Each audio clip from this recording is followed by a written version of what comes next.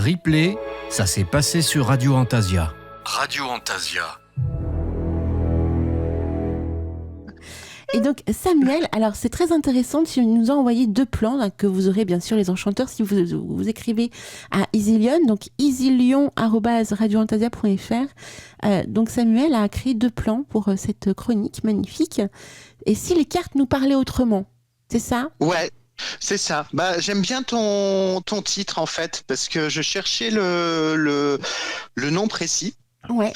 Et je trouve que l'idée, et si les cartes nous parlaient autrement, ça me permet de vous parler de 2 systèmes de cartes.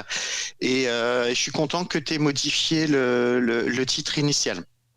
Ah, parce que c'était pas ça le titre initial ? Le titre initial, c'était Le Petit Le Normand de Marseille. Ah, d'accord, ok, oui, effectivement, oui, c'est ma faute.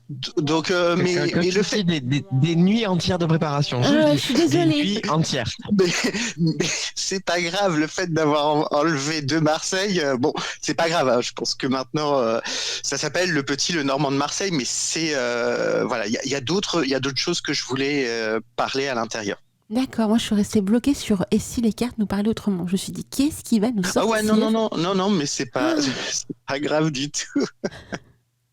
Puis le point fort de notre équipe, c'est la communication. Vous avez remarqué ? La communication. C'est pour ça que je vous ai mis le plan initial et je vous ai mis des annexes parce que je pense que ça aurait fait beaucoup trop en fait. Mm-hmm. D'accord. Donc, je vais commencer. Donc aujourd'hui, la cartomancie, elle est partout. Tarot, oracle, les jeux se multiplient. Et souvent, on choisit un jeu pour son contenu, ses images inspirantes et son univers. Bref, quelque chose qui résonne en nous. Alors forcément, quand on vous parle du Petit Le Normand, vous allez vous dire « Oh, encore un jeu, oh, encore une méthode à apprendre ». Pas forcément, car le Petit Le Normand, il fonctionne différemment par rapport à d'autres systèmes, puisqu'il fonctionne avec une lecture d'une seule carte comme un symbole, de 2 cartes comme un message ou une combinaison, ou de plusieurs cartes pour faire une histoire. Et c'est là toute sa magie. Mais aujourd'hui, ce que je vais vous présenter, c'est une méthode d'apprentissage dans cette logique. Et si les cartes nous parlaient autrement ? Et si nous utilisions déjà ce que vous connaissez déjà sur la cartomancie ? Et si le Petit Le Normand devenait un pont entre 2 systèmes ? C'est ce que l'on appelle le syncrétisme. C'est-à-dire l'art de relier des symboles et de faire apparaître des correspondances. Je vous en avais déjà abordé auparavant dans ce terme du syncrétisme, notamment avec l'école brésilienne qui relie les cartes à des divinités africaines que l'on appelle les orishas. Mais aujourd'hui, je vous propose d'explorer un autre lien, un lien avec le tarot et un lien avec la cartomancie traditionnelle. Et pour cela, on va s'intéresser à un premier jeu, un jeu assez particulier qui s'appelle Le Petit Le Normand de Marseille, créé en 2021 par Gabriel Dabadi. Donc ce jeu, il est né d'un parcours assez courant. Son créateur, passionné par le tarot et notamment le tarot de Marseille et du Rider-Waite, découvre Le Petit Le Normand presque par hasard. Mais ce hasard ressemble plutôt à une évidence. Il n'est pas le seul dans ce cheminement. On peut citer par exemple Ciro Marchetti, que je vous avais présenté au tout début de la saison, qui lui aussi est passé par des illustrations sur le tarot avant de s'intéresser au Petit Le Normand. Comme s'il existait un passage naturel entre ces 2 univers. Et ce jeu incarne parfaitement cette rencontre, puisque dès la première image, vous allez avoir quelque chose qui attire l'œil. On reconnaît immédiatement une influence du tarot de Marseille, d'où Le Petit Le Normand de Marseille, où on reconnaît par les couleurs le style graphique et la numérologie. Mais en même temps, on reste toujours dans la structure du Le Normand. Je trouve ça assez bluffant, en fait, je trouve. Je trouve ça vraiment bluffant, ouais. Voilà. Et ce qui est le plus surprenant, en fait, c'est à l'intérieur de ce coffret, si on enlève les cartes, le carton et le livret, on a une sorte d'image assez symbolique. Où on découvre une sorte de scénographie, c'est-à-dire on voit un bateau avancer, guidé par un capitaine en direction d'une maison. Et autour de lui, on a tout un univers symbolique qui est présent. On retrouve la lune, le soleil, les poissons qui sont à la gauche, le mont, le jardin, les chemins.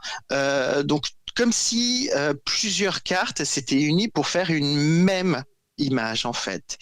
Et vous avez reconnu, hein, dans cette scène, vous avez reconnu très facilement le soleil et la lune, des images qui rappellent immédiatement l'esthétisme du tarot de Marseille. Mais en fait, il y a une différence fondamentale par rapport à l'image du soleil et de la lune, c'est que dans le Petit Lenormand, c'est une carte qui représente le soleil, c'est-à-dire un symbole, alors que dans le tarot, la carte du tarot va plutôt raconter une scène, en fait. Je pense que Mimi s'est aussi intéressée au tarot, donc elle pourra vous montrer toute cette scénographie. Mais en regardant et puis ce qu'il y a de plus, c'est que il y a certaines correspondances, en fait.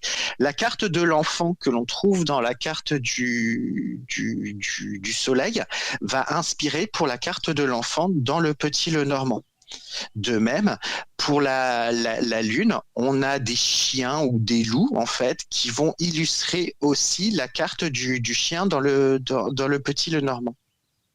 Et c'est vraiment là, en fait, toute cette idée de trouver des petites images qui pourraient illustrer le Petit Lenormand. Et donc, l'idée que je vous propose, c'est deux façons de relier chacune des cartes, en fait. C'est-à-dire ces correspondances, elles peuvent se construire de deux manières différentes. Soit en partant du tarot et en cherchant la carte du Petit Lenormand qui résonne avec lui, soit à l'inverse, en partant du Petit Lenormand et en retrouvant dans le tarot un élément ou une scène ou un symbole. Et c'est à travers ces deux exemples que je vais vous illustrer un petit peu cette façon de relier le Petit Lenormand et le tarot. Le premier exemple, c'est le soleil, en fait.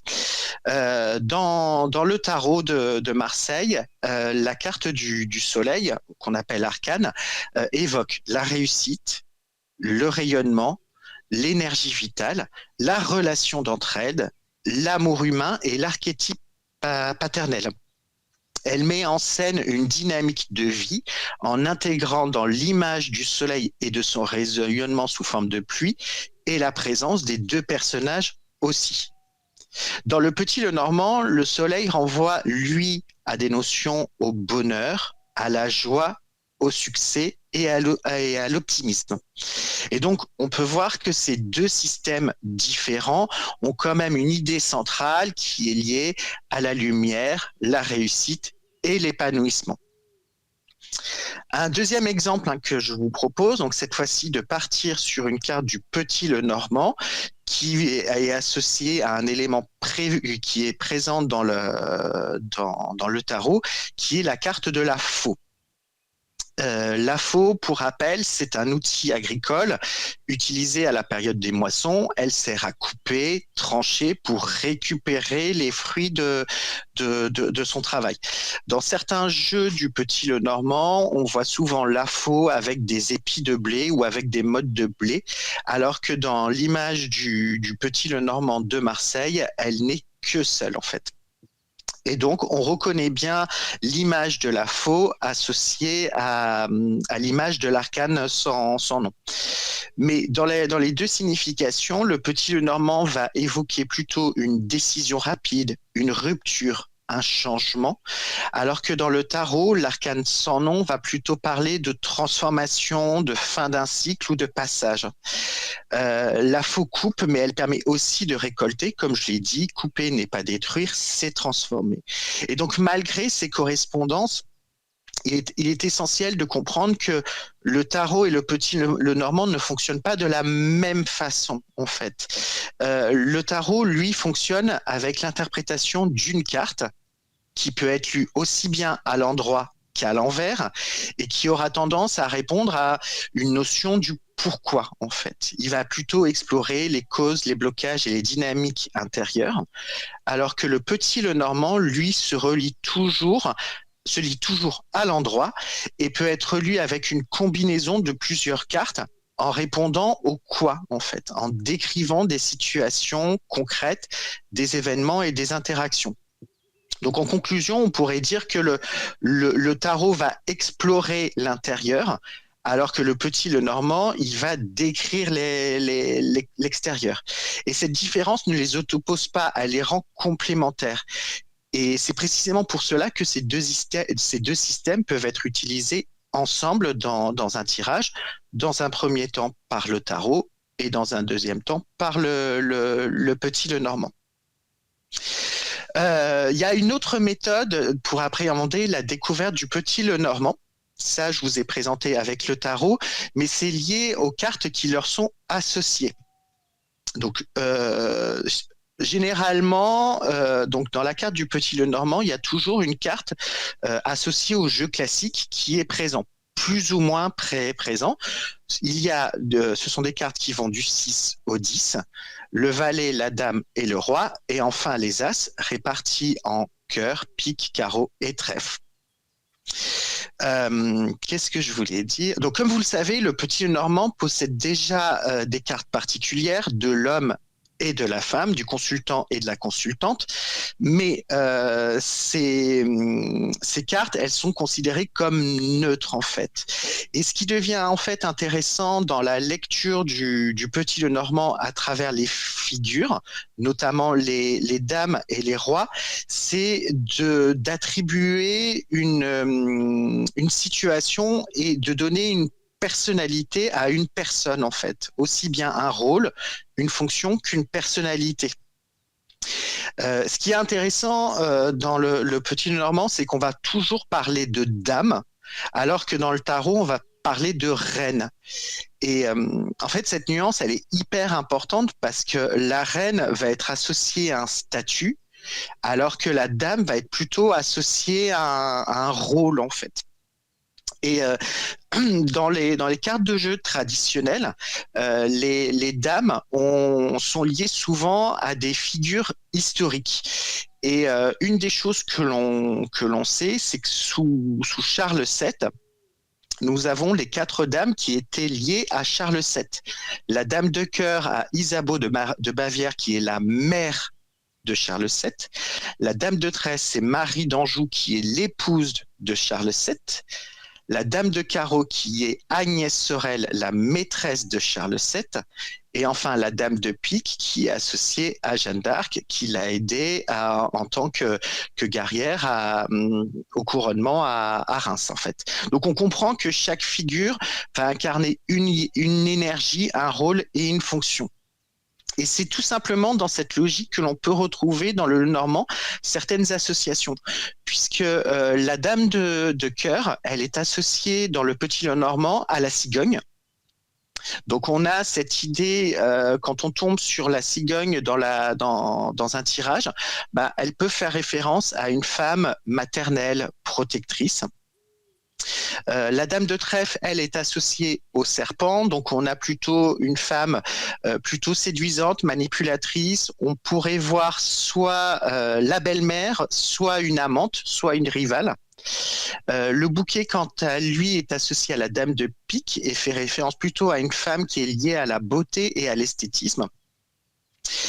Et comme je vous ai dit, du coup, on lit plus la carte, on va plutôt la lire comme une personnalité en fait.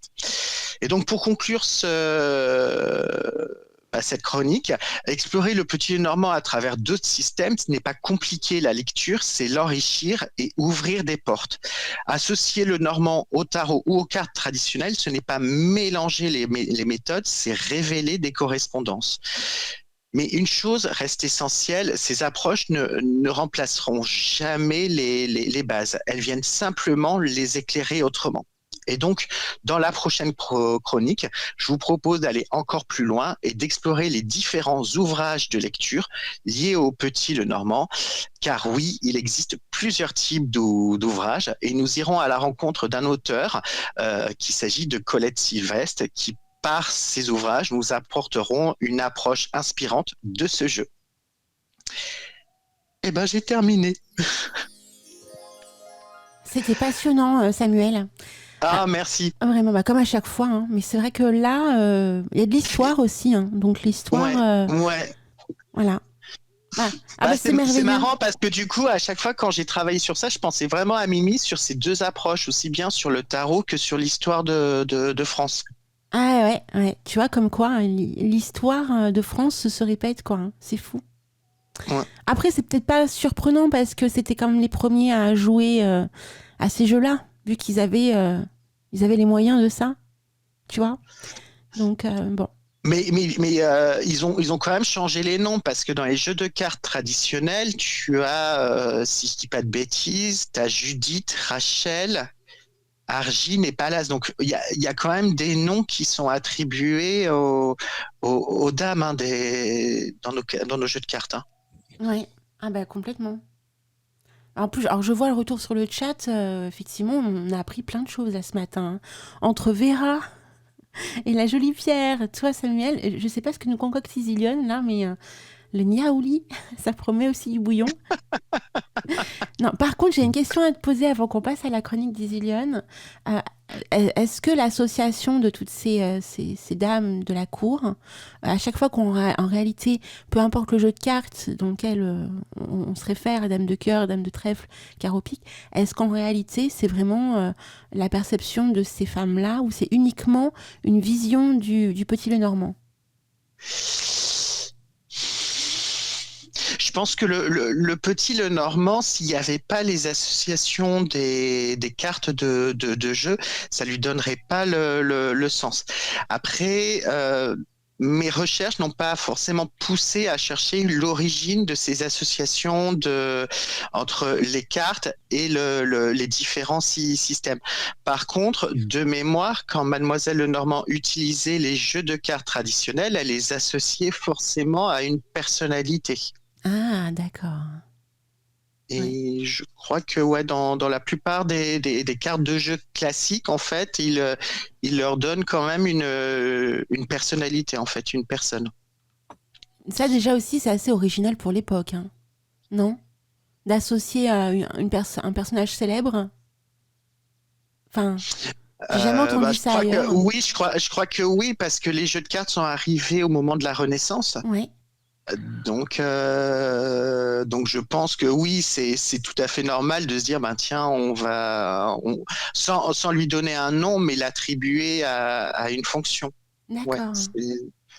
Ouais,